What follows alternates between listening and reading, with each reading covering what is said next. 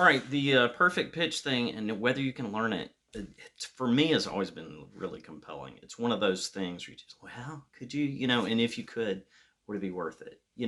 I don't, for some of us that are, maybe it's just those of us that are a little more obsessive, it's just too compelling. It's just, um, about 15 years ago, I found a whole set of the David Berger, I think, CDs that you always saw in the back of guitar magazines when I was growing up.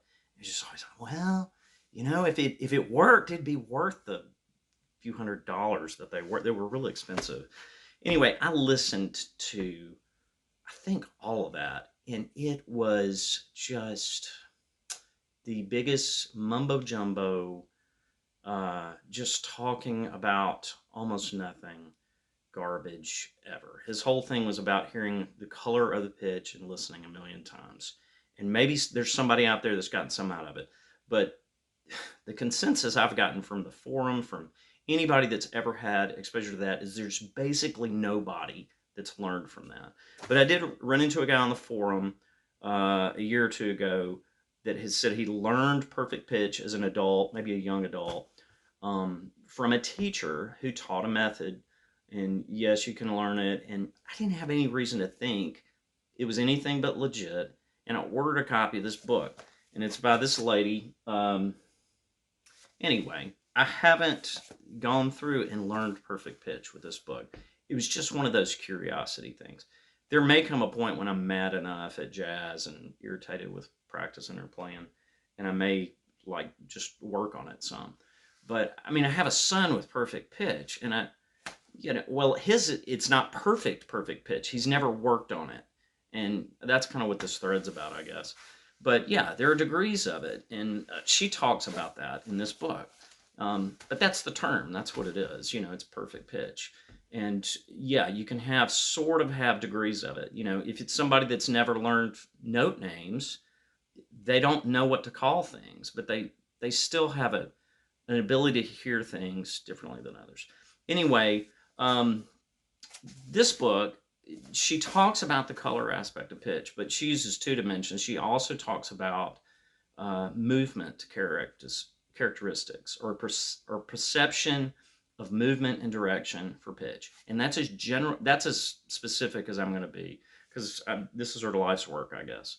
I'm not gonna PM anybody, and I'm not gonna email any files.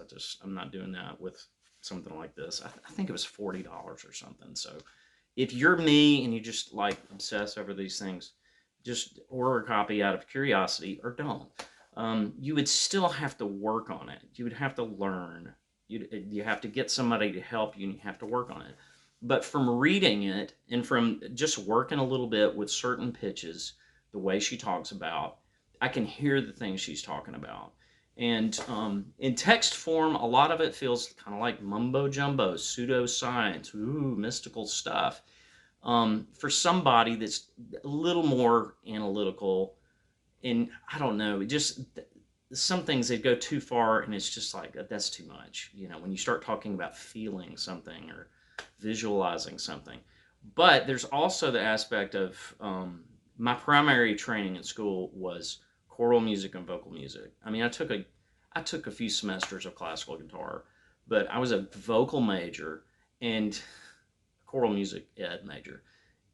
Anyway, you spend all of your time in choral music and vocal training in learning to manipulate involuntary muscle groups in your body. It's not like working your thumb.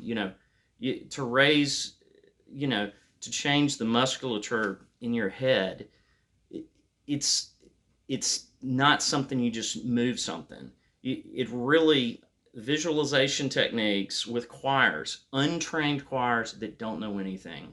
I can get sopranos to sing that C above middle C in tune by just visualize it moving, ladies, and keep it moving forward, and it sounds. Every choral music teacher I ever had, I always thought was a little crazy, and it's because of this, because they talk about these visualization techniques. But it's the only thing you can do, because you're talking about manipulating things that can't be manipulated. They're involuntary muscle groups.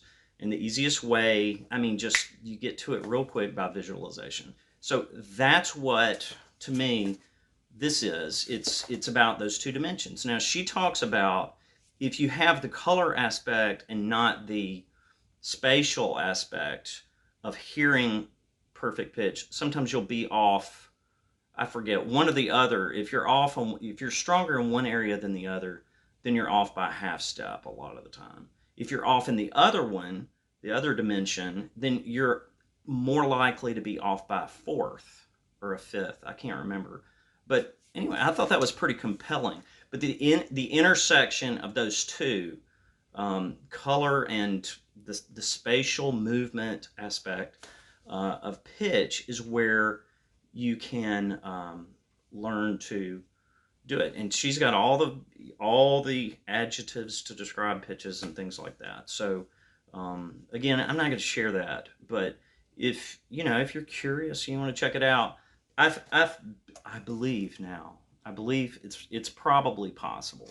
And my thought is it has to be because people can do it. I mean, I've got a son that he's never worked on it. He plays drums, and every once in a while, like, okay, he'll say, "You're singing that in the wrong key." I'm like, "What key is it in?" And I'll go to the piano. And it's the key we played in. I mean, I'm just anyway. It annoys the crap out of me that anybody can do that, but there has to be something, and you have to say if it's not quantifiable and concrete, it has to be something that's perceived in a less linear, concrete, analytical way. So for me, that makes the idea that it's more of a visualization thing and it's something more than just a color, but that it's got another dimension to it. That makes it very compelling to me. So anyway, that's it. I didn't want to type all this out because it sounds ridiculous to talk about some of these things, but that's my 2 cents.